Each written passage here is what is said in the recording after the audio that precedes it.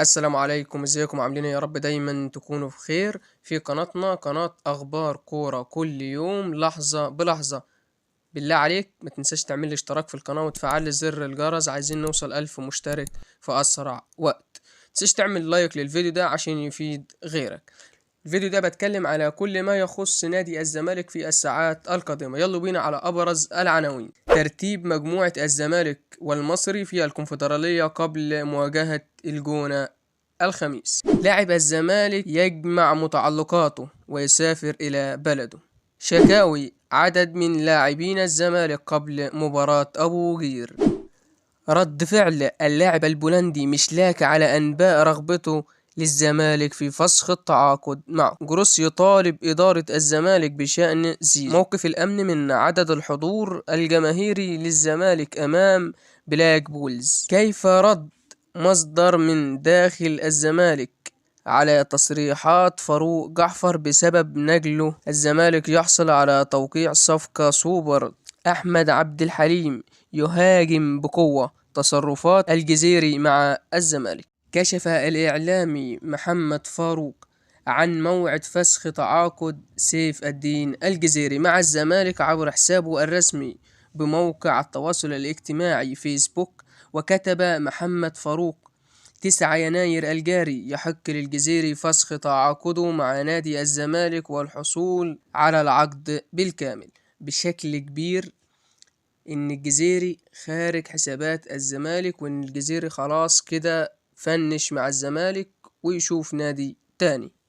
تعالوا بينا نشوف مباراة الزمالك القادمة. ومن المقرر أن يلتقي الزمالك في مباراته القادمة مع فريق أبو قير للأسمدة يوم الخميس الموافق 9 من شهر يناير الجاري ضمن منافسات دور 32 من مسابقة كأس مصر. وتنطلق صافرة بداية المباراة في تمام الساعة 2:30 ظهرا بتوقيت مصر. نتمنى نشوف مباراة كويسة للزمالك بعد تعادله مع المصري. جمهور الزمالك قلت الثقة شوية كده، بس ان شاء الله يرجع الزمالك اقوى واحسن ان شاء الله. الشكاوي عدد من لاعبين الزمالك قبل مباراة أبو قير. يذكر أن فريق نادي الزمالك لمواجهة فريق نادي أبو قير للأسمدة يوم الخميس المقبل في دور 32 من مسابقة كأس مصر. حذر مصدر من داخل نادي الزمالك من شكاوي عدد من لاعبي الفريق الأول لكرة القدم بسبب مستحقاتهم المتأخرة لهم. وكانت إدارة نادي الزمالك قد وعدت بصرف مستحقات اللعيبة المتأخرة خلال الأسبوع المقبل. تقارير من داخل نادي الزمالك أشارت إلى أن عدد من لاعبي الفريق اشتكوا لعبد الواحد السيد مدير الكرة من تأخير صرف مستحقاتهم المالية. وإن عدد من لاعبين الفريق أكدوا لمدير الكرة عدم الحصول على أي دفعة من مستحقاتهم الموسم الحالي، في الوقت الذي صرف العديد من الأندية 25 و50% من عقود اللاعبين. عبد الواحد السيد مدير الكرة من جانب أكد اللاعبين أن هناك وعد من الإدارة بصرف دفعة من المستحقات خلال الفترة المقبلة. يذكر أن فريق نادي الزمالك يستعد لمواجهة فريق نادي أبو قير الأسمدة يوم الخميس المقبل في دور 32 من مسابقة كأس مصر. مفاجأة سارة لجمهور الزمالك قبل مواجهة بلاك بولز في الكونفدرالية الأفريقية. شهدت الساعات الماضية مفاجأة سارة لجمهور نادي الزمالك قبل مواجهة بلاك بولز بطل موزمبيق في مباراة الجولة الخامسة لدور المجموعات لبطولة كأس الكونفدرالية المقرر لها يوم 12 يناير. والدستور أن مجلس إدارة نادي الزمالك برئاسة الكابتن حسين لبيب حصل على موافقة من الجهات الأمنية بحضور 30 ألف مشجع لمباراة الأبيض أمام بلاك بولز بطل موزمبيق. موعد مباراة الزمالك ضد بلاك بولز في الكونفدرالية. ومن المقرر أن تقام مباراة الزمالك ضد بلاك بولز في 6 مساء الأحد المقبل على ملعب استاد القاهرة الدولي في إطار منافسات الجولة الخامسة ببطولة الكونفدرالية الأفريقية. الزمالك مع نظيره المصري بدون أهداف أقيمت بينهم يوم الأحد الماضي على استاد الجيش ببرج العرب في الجولة الرابعة لمباريات بطولة كأس الكونفدرالية الأفريقية، ليرفع الزمالك رصيده إلى النقطة 8 يتصدر بها المجموعة، في حين ارتفاع رصيد المصري إلى النقطة الخامسة يحتل بها وصيف المجموعة. وصايا جروس للاعبين قبل مواجهة أبو قير للأسمدة. عقد السويسري كريستيان جروس جلسة المدير الفني لنادي الزمالك لكرة القدم بنادي الزمالك جلسة خاصة مع اللاعبين قبل